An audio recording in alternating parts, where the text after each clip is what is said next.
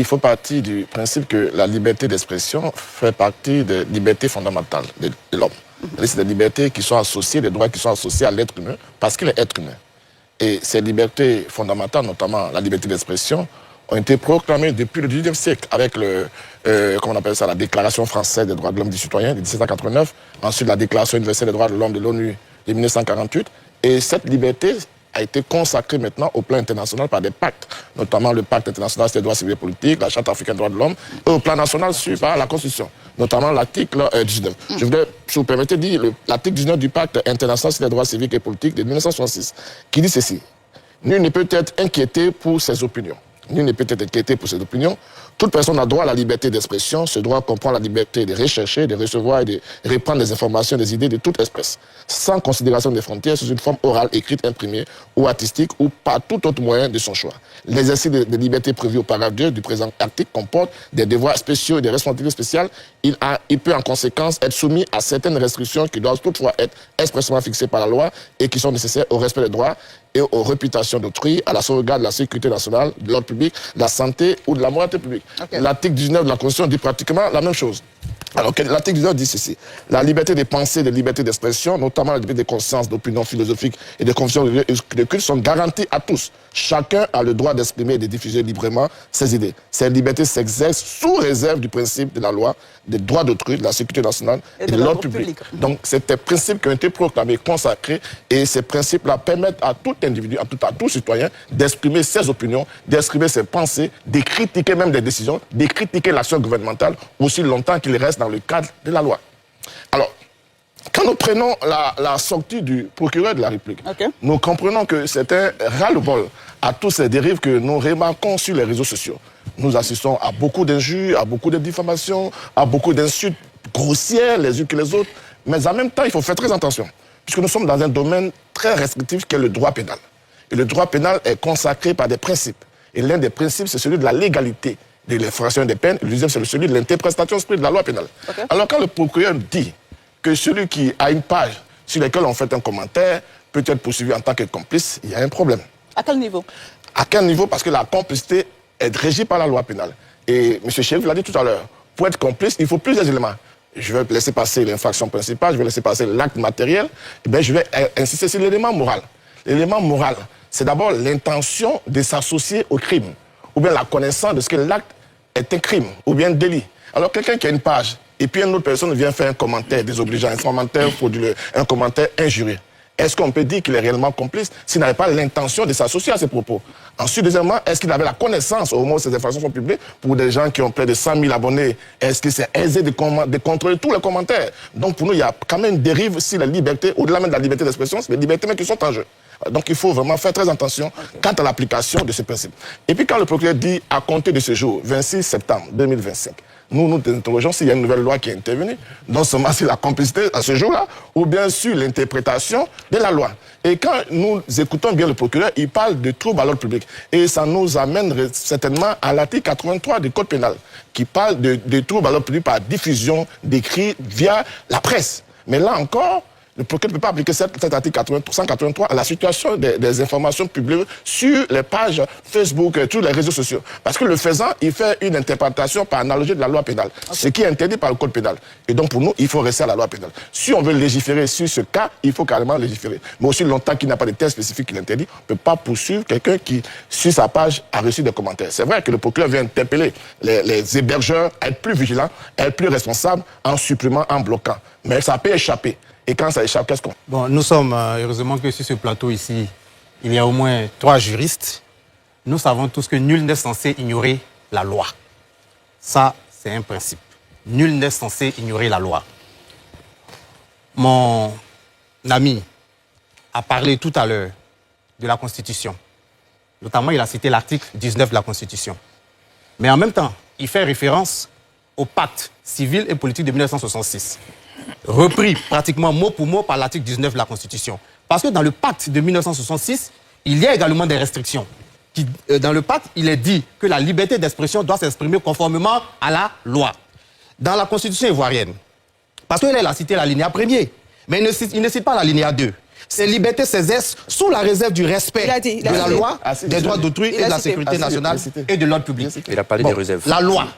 La loi maintenant nous ramène à la loi sur la cybercriminalité, notamment l'article 60, la loi sur le régime juridique de la presse, notamment l'article 103 sur la responsabilité des administrateurs, etc., des responsables de presse, et également du code pénal.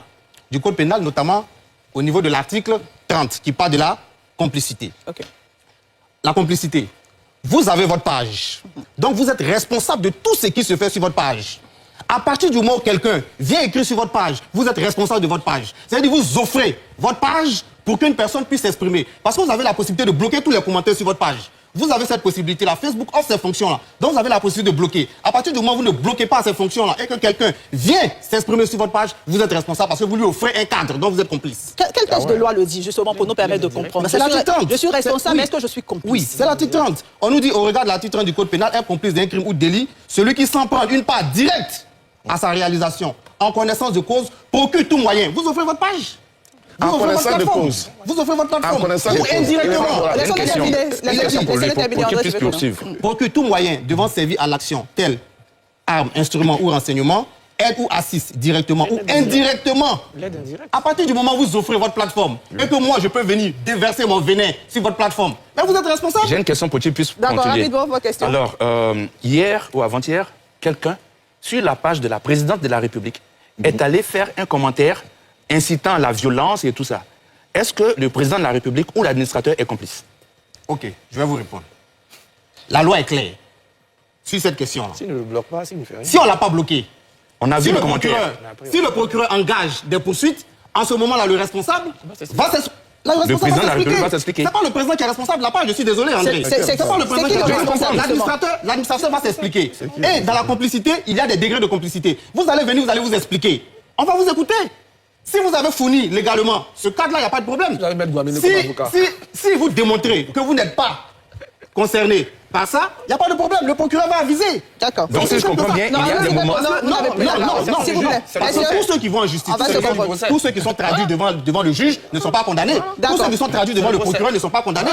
Ça dépend des arguments que vous allez avancer. Merci, docteur. La juridique est claire. Je ne suis pas juriste, je travaille un peu dans la géopolitique, dans la sécurité, donc je vais rester sous ces angles. Ok. Ils sont très sérieux. La guerre, elle est informationnelle. Aujourd'hui, les réseaux sociaux, Facebook, tout ça, sont utilisés pour déstabiliser un pays. Pour, dans une période comme la nôtre, qui est dans la période charnière dans laquelle on rentre, sont un instrument dangereux. Je vais donner un exemple très simple. J'étais encore au ministère de l'Intérieur à l'époque. Il y a quelques années, on a sorti une image d'Ivoiriens, pseudo-Ivoiriens frappés au Niger. Mais qu'est-ce qui s'est passé en ville? Des pauvres Nigériens qui ont été frappés. Donc, on est tous d'accord pour dire qu'aujourd'hui, la désinformation, vous-même vous avez parlé d'agacement. Les appels à la haine, les injures sont devenus légion. Il faut y répondre. Il faut répondre de deux façons. Il faut répondre en éduquant. Heureusement, d'ailleurs, on a eu toutes ces campagnes, sorciers numériques, incivisme en ligne, l'éducation aux médias qu'on essaie de mener partout. Mais il faut répondre aussi par la loi. Il faut protéger le pays. Il faut protéger les gens qui sont insultés. Il faut éviter tous ces pays, parce qu'il y a des pays, il y a des agences de communication qui sont spécialisées dans le troll. Qui, tout de suite sur votre publication, peut faire apparaître des faux profils et tout ça, jeter le discrédit sur une opération publique, jeter le discrédit sur des élections, jeter le discrédit sur des personnes. On ne peut pas ne rien faire. Je suis désolé, on ne peut pas être sur une page. Je ne peux pas avoir une page et dire que je n'ai pas de responsabilité sur ma page, c'est pas possible. J'ai une page à Arthur Banga. Quelqu'un vient écrire tout et n'importe quoi dessus. Mais je suis au moins responsable. Et ma responsabilité peut se transformer en complicité. Je ne veux pas dire que je laisse tout et n'importe quoi se faire sur ma page parce que ça ne m'engage pas. Bah si ça m'engage, c'est ma page. Et quand, dans l'éducation, le procureur me fait rappeler mes responsabilités, je pense que la première des choses à faire, au mieux, pour ne pas que ma page, mes réseaux sociaux, soient utilisés comme des canaux de désinformation, comme des canaux de déstabilisation, comme des canaux de diffamation. Mais c'est important. Dans le monde dans lequel on est aujourd'hui. Et Maître Guamene, je mets un truc sur ma page, et quelqu'un vient mettre, mais Maître Guamene est nanani, nanana, il vous sort des injures, mais copieuses. Mais j'ai une responsabilité. J'ai une responsabilité. Que si je ne fais rien, va se transformer logiquement, hein, je ne parle même pas de droit, en complicité. Ok, Arthur Banga. Non, mais terminer, on va vous donner le temps de terminer. Donc, Cette complicité, c'est une aide indirecte. Après, un procès, c'est la beauté du procès. Si je suis ramené à un procès, je viendrai, comme apparemment M. Guaménil est très bon pour défendre ça, je peux le prendre, on va expliquer peut-être que je dormais, j'ai pas vu, il y a des... Mais le procureur attire sur la nécessité pour tous de modérer. Même Facebook me modère. Sur Facebook, là, pourquoi quand tu écris certains mots, on te bloque? Il faut rappeler à tous ceux qui ont des pages qu'ils ont l'obligation de modérer. Nous avons également constaté qu'aujourd'hui, les réseaux sociaux sont une foire aux injures, une foire à la désinformation. Nous sommes tous unanimes sur cet état de fait. Aujourd'hui même, notre parti, le COUGEP, il y a une publication d'un site qui a fait passer une réunion entre la Coalition pour l'alternance pacifique, la CAP et le RHDP, pour une réunion entre le COUGEP et le RHDP. Si vous comprenez un peu. Une forme de désinformation pour dire que le COUGEP et le RHDP se sont rencontrés en catimini. C'est faux. Et le président Charles Blé Goudé est victime de toutes sortes de désinformations, d'injures. Nous avons fait ce constat. Et nous comprenons donc que le procureur veuille sensibiliser. C'est tout à fait normal. Mais ce qu'il faut comprendre, c'est que le procureur également n'est pas Robin des Bois. Le procureur agit dans le cadre de la loi. La loi a visé un certain nombre d'infractions. Est-ce que, lorsque vous tenez un propos haineux, xénophobe et tout ça, c'est une infraction? Oui, c'est une infraction. C'est indéniable. Mais est-ce que, lorsque ce propos apparaît sur la page du titulaire d'un compte Facebook, est-ce qu'on peut dire que ce titulaire du compte Facebook est complice? C'est en ce moment que c'est là où le bas blesse. Est-ce qu'il y a complicité? Madame Débat, en l'état actuel de notre législation, la complicité, le régime de la complicité, prévu donc par les dispositions de l'article 30 du Code pénal et même par les dispositions de la loi sur la cybercriminalité qui renvoie à l'article 30, ne nous permet pas d'affirmer qu'on peut tirer de la responsabilité pénale de l'auteur de messages incriminés une complicité à l'égard du titulaire de ce compte. Ce n'est pas vrai. Ce n'est pas ce que la loi dit. La loi dit que pour être complice, il faut fournir des moyens, des renseignements, des informations. Il faut avoir participé de façon directe ou indirecte. Participer de façon directe ou indirecte. Cela veut dire qu'il y a l'idée de l'intention de participer à cette infraction. Est-ce que dans le cas du titulaire du compte Facebook, il avait l'intention de participer à cette infraction? Ce n'est pas vrai. Donc nous pensons que des poursuites qui sont engagées sur la base de cette disposition, en l'état actuel de notre code, de notre législation, ne sont pas fondées sur la loi. Voyez-vous, si on se retrouvait en France, par exemple, pour terminer. Si on se retrouvait en France, là-bas, ils ont clairement légiféré. C'est très clair que lorsque vous avez un compte Facebook, lorsqu'il y a un message qui tombe sous le coup de la loi, vous n'êtes même pas complice, vous êtes auteur. Si vous ne retirez pas ce message, ou alors si vous aviez connaissance de ce que ce message allait publier sur votre page. C'est à ces deux conditions. Donc, dans notre législation, ce n'est pas prévu. Donc je ne sais pas qu'est-ce qui a inspiré le procureur à brandir ces menaces sur la base de dispositions légales qui n'existent pas, mais nous, notre interprétation est que ça n'existe pas. Merci,